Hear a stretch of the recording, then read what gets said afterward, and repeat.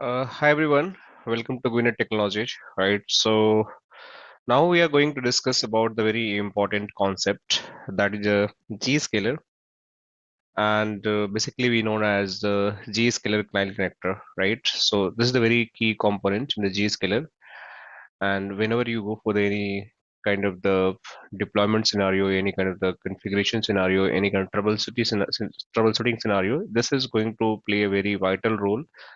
And I can say, like, without this GCC client connector, you cannot achieve the required all the Zscaler solution, and you cannot deploy it, you cannot implement, and the traffic cannot be forwarded toward the Zscaler. Right? There is a way. Without this, we can do that, but nowadays it's become the very essential part. Right? So we'll try to understand the core concept of this Zscaler client connector, how this client connector can be deployed, right? And what are the deployment method we have. We try to understand some basic fundamental of the forwarding modes, what available, and later we'll do the deep dive about that, how what all the forwarding method we have, right?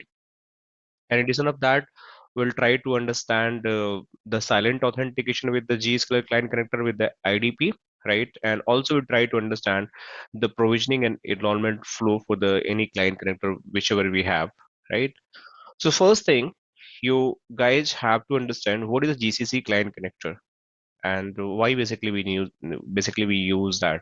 Okay, so to make our better understanding, we can think about in this way. In the Zscaler itself, we having the various components. One component we having the Zscaler, that is known as the Zscaler Internet Access.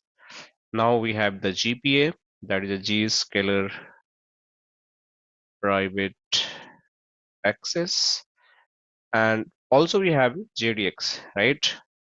So that is known as the Zscaler Digital Experience, right? So these are the component, and in addition of that component, we having another component that is a GCC. So that known as the Zscaler Client Connector, and this is the very important content, means the in terms of the Zscaler, because without this component, from the user point of view, you have to think from the user point of view. When the user want to leverage the Zscaler services, this is going to come in a picture from the user device itself. And what could the user device might be? You are using the laptop, right? It could be the Windows base, it could be the Mac OS base, or even you are using the mobile tablets, any mobile devices, and any PC computer, etc. It could be the Windows, Linux, Mac OS, whatever you have the component. These GCC client connector, means Zscaler client connector, is going to part of this end device, like deployment process. So how this deployment is going to happen? So let me show you how GCC client connector looks like. So you can see in my PC itself, right? So if I'm clicking on this here, you can see. So this is the Zscaler. This is the client connector. You can see.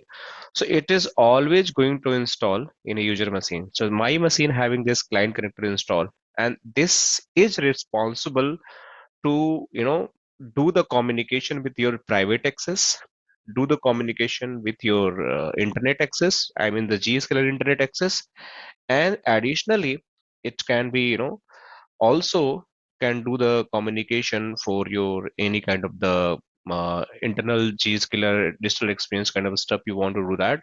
That is also going to come in a picture, right? So all the data can be collected, all the user behavior, any kind of the application, whatever they are accessing, that all is going to be part of that GCC client connector where that traffic is going to be forwarded. So we'll have to understand step by step all the process, but you have to now idea like how the Zscaler client connector looks like. So moving next step, so you can see we having the cloud, and this cloud is not normal cloud. This is the Zscaler Zero Trust Exchange Cloud. And we know like how Zscaler Zero Trust Cloud Exchange basically play a vital role for any traffic which is coming from the user machine.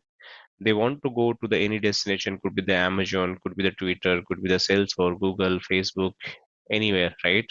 Office by Workday. So first, they have to land to Zscaler data center. They have to land Zscaler data center. And after landing to Zscaler data center, this zero trust exchange play a vital role to just do all kind of the policy checks, firewall feature, URL filtering, file blocking, data lake preventions, user authentication. Everything is going to happen. So we'll discuss these all stuff in the later stage.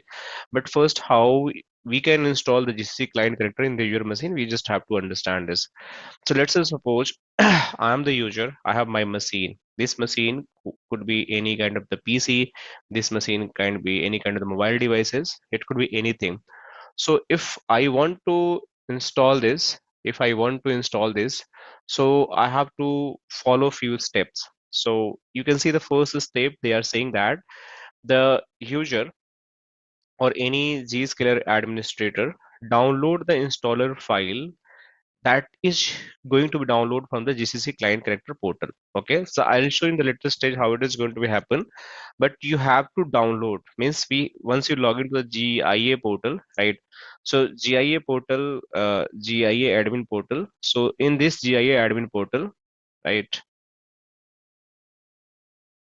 we having option to redirect the connection to the GCC, Zscaler Client Connector. Once you go on that portal, we having option to basically download the installer file. You can get directly installer file from there and you can download that. And that installer file can be downloaded in the client machine and that can be installed directly to the devices. So this is the way how the install. So let me show you the installer file, how it is going to look like. So once you go in the installer file, so let me see. So this is the installer file. So you can see this is the latest version you have.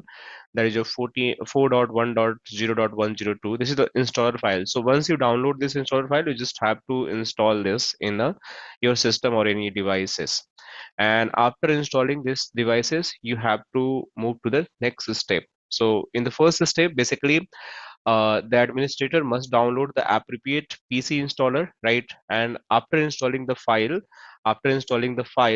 the configuration must be done, right? Whatever the configuration you want to do for that particular client in the app profile and the forwarding profile setting, right? So you want to define which the client I downloaded for the particular user. You also have to do some kind of setting in the app profile, forwarding profile. So we'll discuss what is the app profile in the later stage, what is the forwarding profile in later stage, but this is how the first step, the client connector is going to be downloaded. So now we got this, right? Moving next. So this is for the my any kind of the connection which is limited to the computer, but this could be the this could be done via the some other way also. So if you don't want to deploy this, if you want to deploy this not directly from the installer file, so the second way, the client connector, that can be also deploy in other way also. So what is the other way to deploy this client connector portal? That means the client connector software. So the other way, we can use some kind of the Active Directory, right? So for any kind of the machine, we might be having the Windows, we might be having the Mac OS, might be having the Linux OS.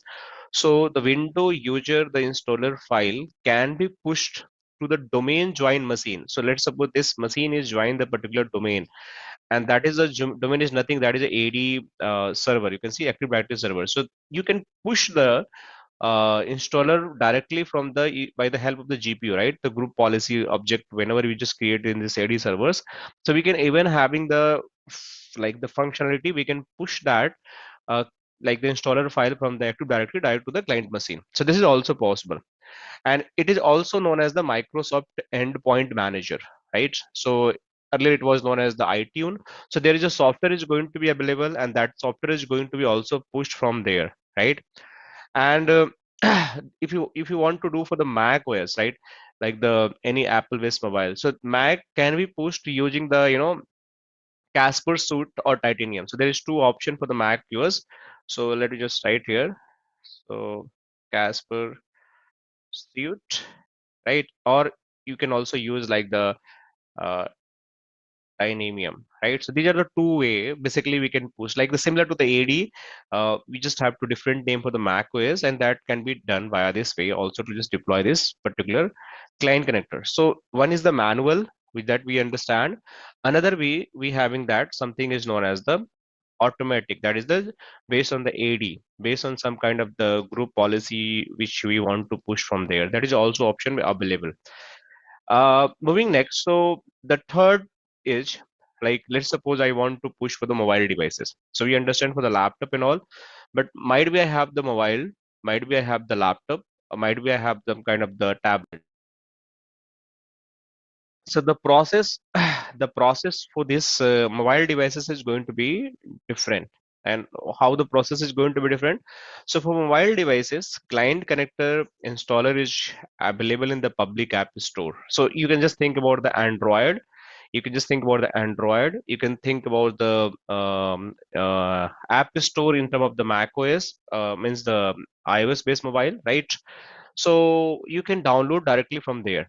It is available. So you just go in the Play Store. If you just try to figure out GCC client connector, you'll get there, right? So that is an option. You can download the installer file directly from the Play Store or the App Store, and you can install them, right? And if you want to, like, push them something centrally to all device, that we having the option, that is the MDM platform. So this is the MDM platform is also available. What is MDM platform? That is mobile device management. So there is option if you don't want to push manually from the one by one, right? So there is a way we can do it via the MDM platform. So MDM platform is a mobile device manager where you can just go like the VMware having the VMware Workspace one, right? So AirWatch, that previously it was known as the, and like other like the IBM also having the MAS 360 solution, right? Microsoft having the Microsoft Endpoint Manager. So different company having a different solution. You can use any of the MDM solution, and if you want to globally push to the all user who is a part of the organization having the same kind of the like the policy for the organization, you can use that also, and that is also possible where you can just install the devices. So this is the third step where you can just define the user communication with the different mobile users. So now you can see, uh, once the client character is going to be installed, right, it is going to be look like in this way. So you can see this is the client character. So next step, I have done the installment process. We know how can we install the client character. It can be installed via the my manual. It can be Active Directory.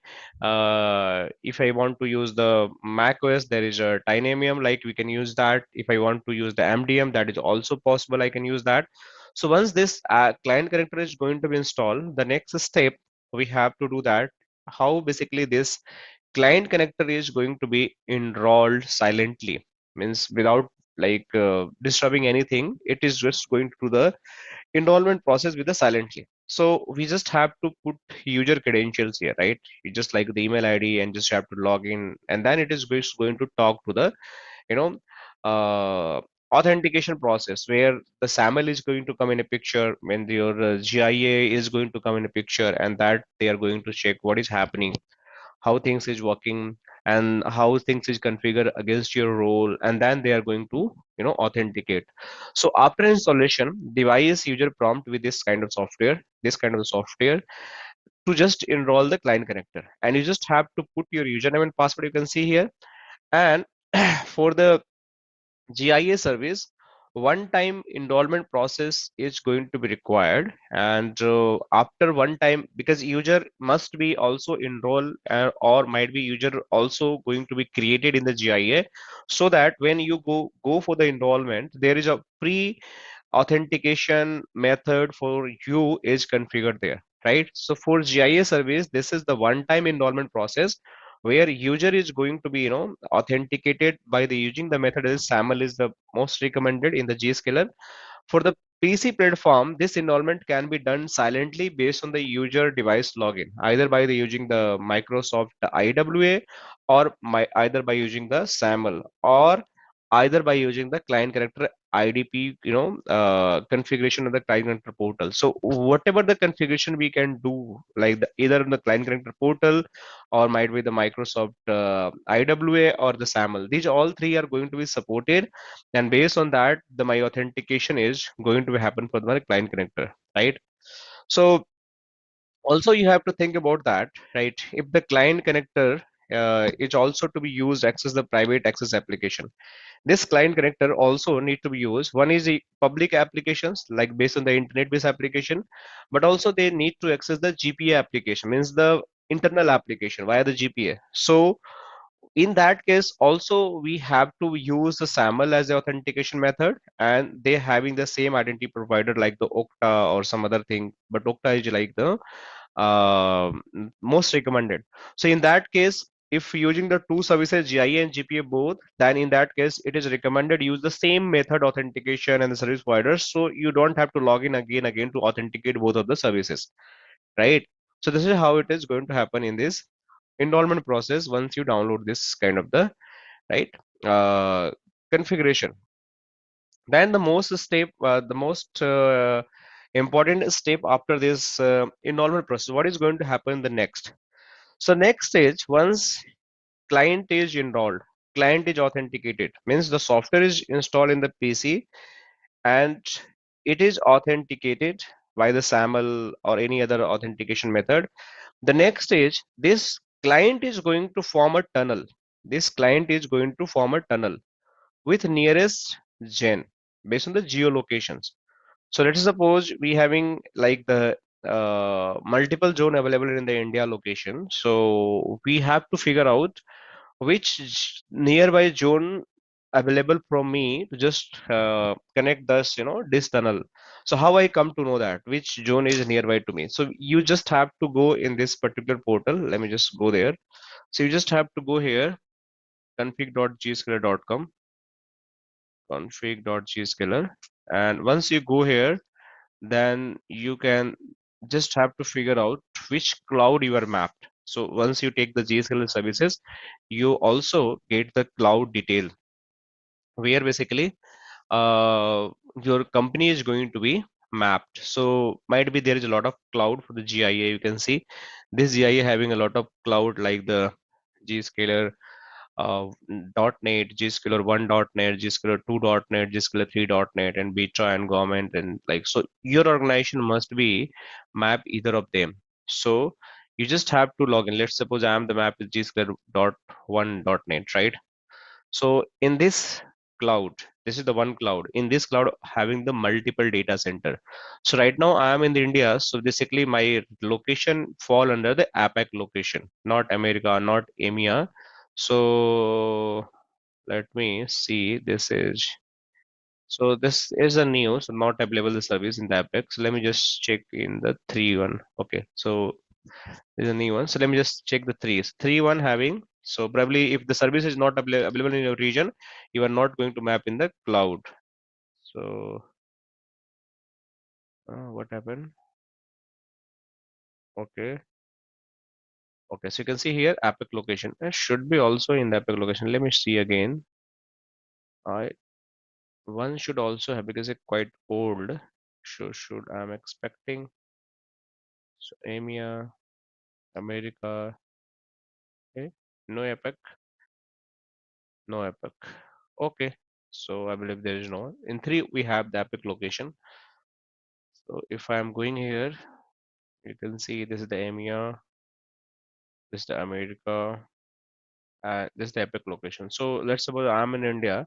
So in India, having this Chennai, we having this gen detail. You can see this is the host name.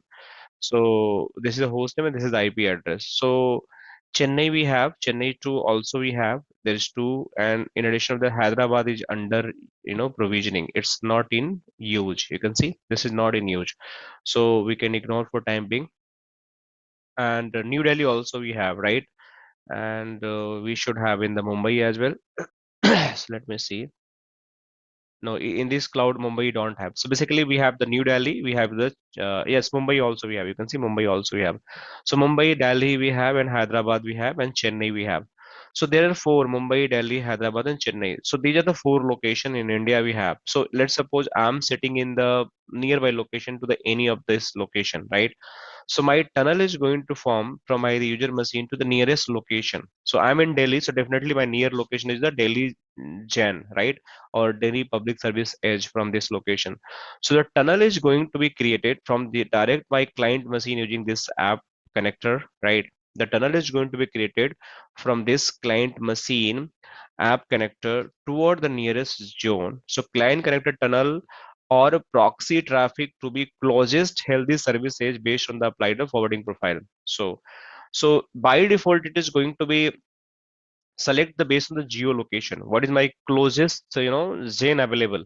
But if you want to bypass those, so you have to configure, forwarding profile like the pack file configuration in the user machine. That is also a option available. So you can bypass the closest zone and you want to send the traffic for the specific zone.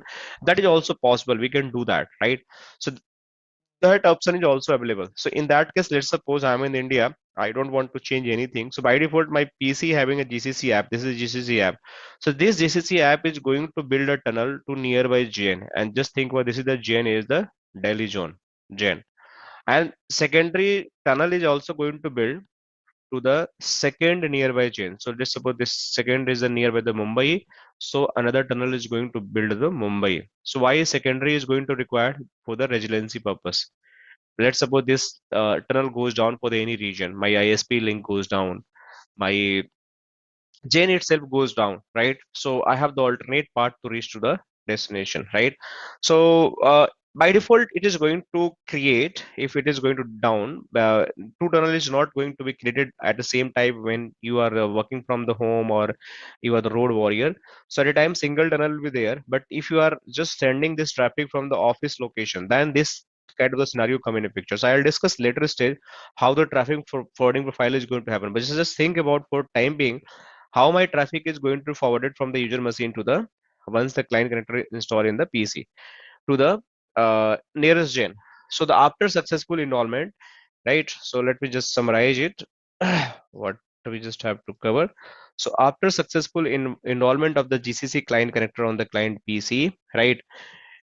You have to send the traffic from the GCC client connector to Zscaler internet access via the nearest gen. Okay, and this can be sent with the various method by using the forwarding profile. So forwarding profile having multiple option, right? You can use the pack files in the system. So in that case, forwarding profile is not going to be the GCC client connector forwarding profile is not going to come in a picture. This is the pack file. That is a one option we have. Now this is the another option we have, that is the tunnel mode. So we having a tunnel like 1.0, we having a tunnel 2.0, right? That is going to create it from the client connection machine. So let's just suppose you are using the tunnel 1.0. So this having a limitations. This tunnel 1.0 will do the deep dive later stage, but this can only send the traffic on the port 80. That is the only HTTP based traffic can be sent here. Only HTTP based traffic can be sent here, right? So in tunnel like 1.0 HTTP and 443 also, sorry, I just missed that. HTTPS traffic also going to be uh, sent via the tunnel 2.0 means 1.0. So HTTP and HTTPS traffic can be going to be sent. But if you are going to use 2.0, it's not limited to the 1.0, right? It is not going to limited to the like the similar 1.0. Let me just open the slide so for the better understanding. Later we'll do the deeper dive, but let me just show something. So we'll understand later stage. So you can see the tunnel 1.0 that only send the traffic, proxy based on the port 80 and 443 to the Zscaler. But if you're going to use a 2.0, right? So 2.0 having they are going to build they are going in this 1.0 is going to build the HTTP connect tunnel, or they are going to send the HTTP connect request to the nearest gen. But 2.0 having a different method of sending the traffic, that is a TLS and based on a DTLS. So we'll discuss how it is going to happen, what is the method to send this all. So that is going to happen in a deep dive in later stage. But for time being, you have to understand the device itself is going to send the traffic by creating the tunnel, either tunnel 1.0 or 2.0. When it is going to be decided which tunnel is going to be used based on your forwarding profile, where the forwarding profile is going to be configured, that is going to configure on the GCC client connector portal. So I'll show you later stage how this portal is going to be used and how the configuration is going to happen. So we just have to do the hands-on knowledge on it. So send all the unicast traffic in regardless of the port and protocols that is going to use by the tunnel 2.0, means all port traffic. Send all HTTP and HTTPS traffic, means port 80 and 443, regardless of the port that is going to use only by 1.0, right? So this is how tunnel 1.0 and 2.0 come in a picture to just forward the traffic from the client machine to the Zscaler. So this is the third step. So let me just summarize. First step, we have to install GCC app or GCC software, you can just think, in user device. Second step, complete the enrollment process. Complete the enrollment process. In that case, your authentication is also come in a picture. So your authentication, we'll discuss in more authentication also going to happen. And third step, once everything is fine, then you have to forward the traffic. Forward the traffic toward Zscaler. And what method we have? We having a method like we can use direct the pack file, which is configured in the local PC. We having the tunnel configuration pack file. We having this. Let me just write it here. Tunnel 1.0, which having their own limitation, and tunnel 2.0. Other method also we have. We'll discuss that. But from the client machine, you just think about these all option available, right? So this is how it is going to happen after this enrollment process. The traffic is going to be forwarded. Okay. So let's move the next. So next we can see we having a concept that is also trusted network and the off trusted network. So what this means, the trust network, and what is the off trusted network? So we just also have to understand. So off trusted network is something when user is not in office. User might be sitting in somewhere in the cafe.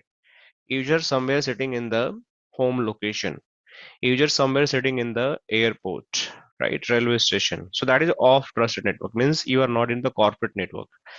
So the user who is not in office, they basically known as the road warriors.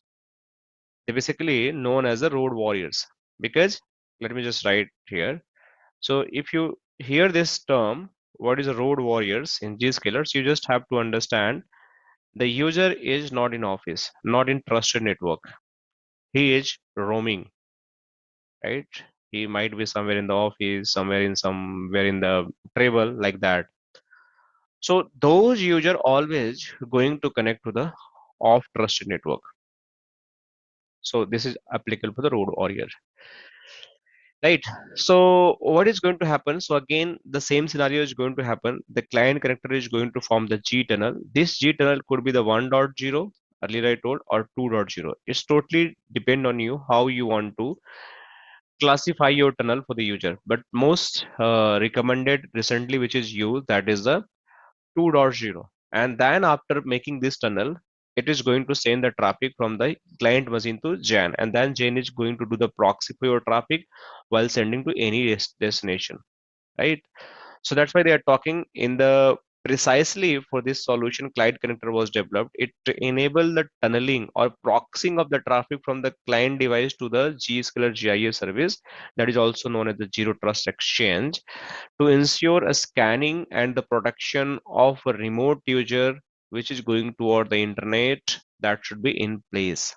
So this is why this Zscaler very play the vital role, means that you are from the working from the home but your traffic is going to the destination. So someone in the middle is going to scan you, what you are talking, what kind of data you are sending to the internet, what kind of data you are receiving from the internet. So this is also going to play a very vital role. But what happened when the road warrior returned to the office? What happened? So this user having GCC client connector installed, but if it might be possibility they can return to the office. So that office network is the trusted network. So what is going to be happen for this trusted network? We also have to understand this kind of the feature. What is going to be happen in a trusted network? So in this trusted network, once the user is going to be rich, right? So your GCC client connector portal, right? Having the definition, having the configuration, they having a capability based on the IP, based on the DNS, based on the some kind of the subnet or domains. They understand this PC is now connected on the trusted network. So once they are connected in a trusted network, so then this G tunnel will be out of the picture. This G tunnel will be out of the picture. So what is going to happen? Your PC might be you are in the office LAN. So let me just explain in this way. So your G tunnel is going to be out of the picture. So let's suppose this is your PC. This PC, this is your company internet router, and this is your switch, and this is your PC is connected. So this PC is going to build a tunnel toward the chain via the router, or might be this could be the firewall as well. So this firewall or router is going to build a tunnel. Once the tunnel is going to build from the PC and the firewalls, right? This traffic is going to the router, and router is responsible to forward this traffic to the GIA via the GRE tunnel or IPsec tunnel. So these are the two forwarding method we have now. So my traffic is either going to land on the firewall or my router. In either case, they are going to build the tunnel. It could be the GRE or IPsec. You can see here. So these are the another forwarding method we have. So one is the off trusted network. We having a tunnel 1.0. We having a tunnel 2.0. But when I am the on trusted network, means I am in the office. Here I am not in office. Then I have the two option. One is a GRE, one is the IPsec. So my traffic is going to land to the router or the firewall, and from there we having a tunnel to the Zscaler. So that Zscaler having responsibility to further take care of that. In that case, GCC is not going to forward directly traffic toward the any gen. It is always going via the your internal network. I'll show in detail how it is going to happen in the different video section. But let's say suppose you want to use a VPN tunnel, like you want to use some kind of third party VPN, you want to use the global protect, right? You want to use the SSL VPN, right? You want to use some kind of the Cisco AnyConnect VPN. So in that case also you can exempt those network who cannot directly send the traffic to the gen when the traffic is going to initiated from the user machine. So that can be also configured in the GCC client connector for the VPN gateway bypass. So those VPN traffic is also first they are going to land to their gateway routers, right? What is the VPN gateway we have? And from there they will go to the Zscaler. They will not directly send via the G tunnels. So this is also VPN trusted network come in a picture. So we having the VPN trusted network. When I want to send my VPN traffic, my internal traffic via my internal network, then VPN trusted network come in a picture. I want to connect it by internal network. That is also possible. I can send the traffic via the on trusted network via the either router via the GRE tunnel or via the IPsec tunnel. Both option available. So off trusted, on trusted, and VPN trusted. I hope it is clear, right? So moving next, we have the next section. So let's suppose we having a scenario. Let's suppose I am just drawing this. So there could be the option we might be have, right? So there could be option where you want to not send the all traffic toward the trusted network. Still you want to exempt, you want to bypass some VPN traffic, and you want to send via that trusted network and some traffic where you want to send directly to the gen. That is also an option available. So you at the same time when you build this GCC client connector configuration, you having an option to define which traffic is my off trusted, which traffic is my VPN trusted, and which is my on trusted. So based on the configuration, your tunnel will be there, and when they find this is the off trusted network, traffic should be treated. So they directly going to send by the G tunnels. That traffic is directly going to send to the Zscaler via the G tunnel. But whenever the VPN trusted network is going to come, it is going to via the always your the GRE router. Okay. So I hope you understand how my GCC client connector is going to be deployed. I'll show you the live demo also how it can be deployed, and you also understand how my enrollment process is going to happen. I will discuss in detail how the enrollment process because every steps having their own detailed explanations. We also understand how my off trusted, on trusted, and VPN trusted network is going to become in a picture uh, after deploying the GCC client network, and we also understand what is a road warrior and how this uh, app connector can be deployed from the Active Directory MDM platform, right? So we'll move to the next stage about the GIA forwarding modes. So we'll discuss in detail in the next video. So for time being, we can close it here. Thank you so much, guys.